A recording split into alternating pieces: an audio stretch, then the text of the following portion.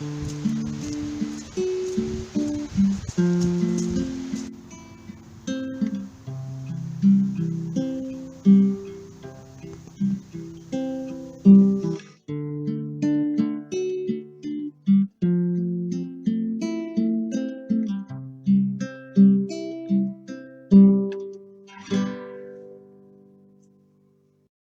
for checking out my video. My name is Lena. I'm a gardener and I own my own garden maintenance company here in Toronto.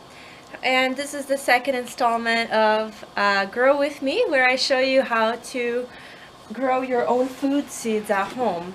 In the first video, I went through how to set up your greenhouse. I have it here with my light and heat. I can show you some of the progress I've made. I've actually sown some seeds already. So we can go inside here and you can see the progress I have. But don't worry, we'll go back a step and I'll show you how to actually sow the seeds. But I'm quite excited. I have quite a few different kinds of tomatoes. My peppers are starting to emerge. These are my Roma tomatoes. I've got, this is a tomato called Black Seaman. It's a slicer tomato. These are some cherry tomatoes, kind of excited about those. This is an ox heart tomato.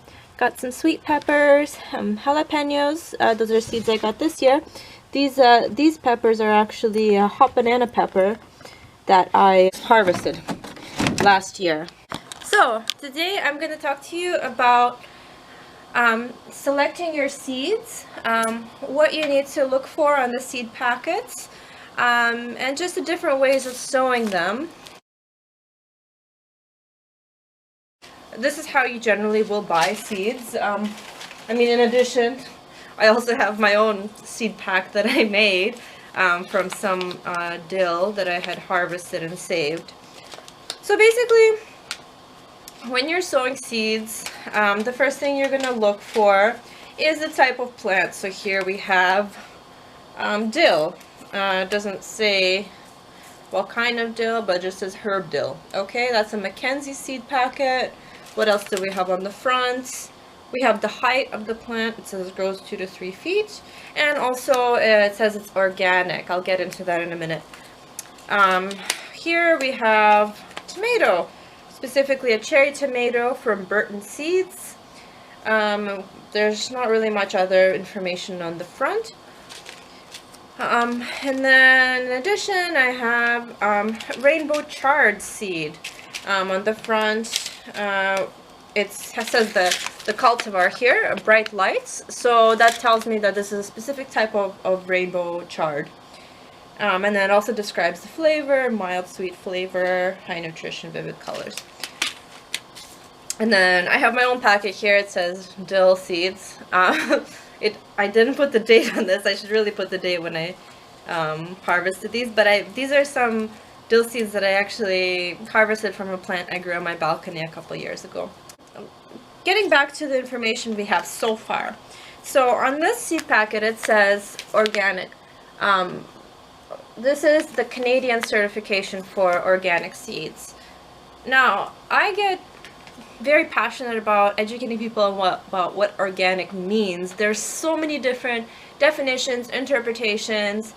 There's a lot of sales tactics that will use the word organic without really explaining to the consumer what it actually means. In this case, we have a Canadian certification that this seed is organic. This means that there's an external organization, a government organization, that came in and assessed this farm where Mackenzie gets its seeds from, and gave it the stamp of approval, which means that for at least I know for Ontario specifically, and probably more Canada-wide, organic certification in this case would mean that before the farmer can use chemical pesticides with a rather high potential harm rate to the environment, other humans or animals, before the farmer is able to have access to those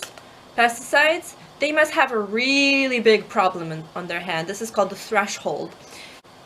Let's say they need to use an insecticide for aphids, because aphids could infect a plant. So this dill is growing in a greenhouse somewhere, and it's a plant that they're going to harvest the seeds from to put in this packet. They have to document a very large population of aphids before they can deploy a pesticide that will then work to decrease the populations. Before they even think of deploying the pesticide, they're going to have to consider other alternatives. Are there environmental conditions that are making it harder for the dill to defend itself against the aphids? Or potentially for aphids, there's lots of predators. They could release some ladybugs or some predatory wasps. They will do everything in their power to document and defer the use of chemical pesticides. So that's basically a quick summary of what organic means in this case. Hopefully one day I'll make a video on the many different meanings and uses of organic, but in this case, when you see organic, that's what it means. The other thing you might see on your seeds is no GMOs. So here's my chart that says non-GMO. What are GMOs? GMOs are a sensationalized term. However, what they really mean is, the acronym stands for genetically modified organism. What does that mean?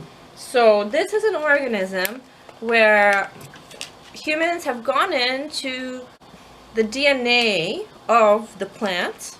So this happens on a microscopic level, and they alter the DNA to either be more resistant to pests, to be a larger fruit, a larger yield. There are many potential unknown side effects of genetically modifying an organism, whether it's a plant or an animal or humans. We don't know yet what the effects are, and so there is some merit to being wary of genetically modified organisms. However, humans have been modifying and selecting the evolution of our vegetable and ornamental plants for a long time. Genetically modified organisms take us to a new level by modifying it on a microscopic level. So there's a lot of controversy and confusion, but in any case, if you are concerned about the long-term consequences of GMO, and you don't want to support the system that will potentially create genetically modified organisms that might negatively impact our ecosystems, that's a choice you can make as well. So, with those couple disclaimers, we've gone over what organic means, what GMO means. Let's take a look at the back of the seed packet. So what this chart really represents is the days from seed to harvest. And that is usually represented on seed packets that don't have a chart like this. Days to maturity. So you'll see something called maturity date, or in this case it says matures 70 days after transplanting. So 70 days, that's about just over 2 months. So it's a good idea to start it early. Give yourself a head start. In where I live, in Toronto, our season is short, meaning that, I think, as I mentioned, we have snow right now on the ground. It's very cold. The sun is still moving back to our hemisphere now. And really, we're not going to get sufficient sun for something like a tomato till probably May, right? So by that time, I want to have some really good seedlings that I can transplant out. So let's take a look at another seed packet. We have dill. So here, in this case, it doesn't have a chart, but it has your days to maturity. It says 70 days. So still pretty long period of time. And then also, which is interesting here, it's kind of useful, it tells you planting depth. And I'll show you how you can estimate your own planting depth even if the seed packet doesn't give you information. It also gives you spacing information. I find this isn't as useful because here it says space, you know, a foot apart. This is really only if you're doing it on a commercial level. If you're growing food on your balcony, as I am, you probably don't want to, you don't have, you know, a whole acre of land to work with. So I would take this spacing with a grain of salt, because at the end of the day, on a balcony, you're trying to maximize your space. You're trying to produce the most food plants that you can. So you can really space them a little to maybe a lot closer than is recommended on the package. I want to show you, to demonstrate seeding, how to plant seeds with two different seeds I have.